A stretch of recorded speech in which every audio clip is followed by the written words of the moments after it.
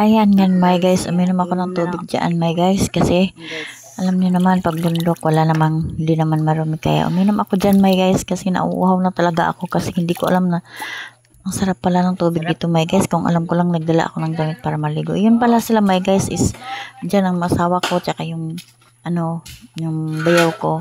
Tsaka yung mga kasamahan nila, mga trabahador po yan sila, mga my guys.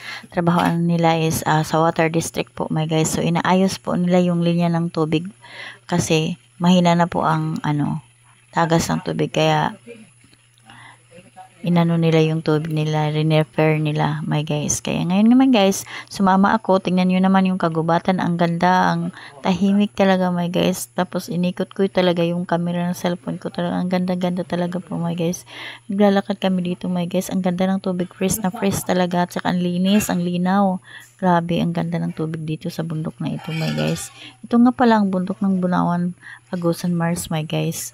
Sa Binahanan banda po ito, my guys. Kaya naman, my guys, kung nagustuhan mo ang video ko, sana mag-like ka at mag-share at mag-comment naman, my guys, at mag-subscribe. Salamat po sa inyong panonood at sana hindi nyo po ako makalimutan at mahalin nyo po ang aking video po.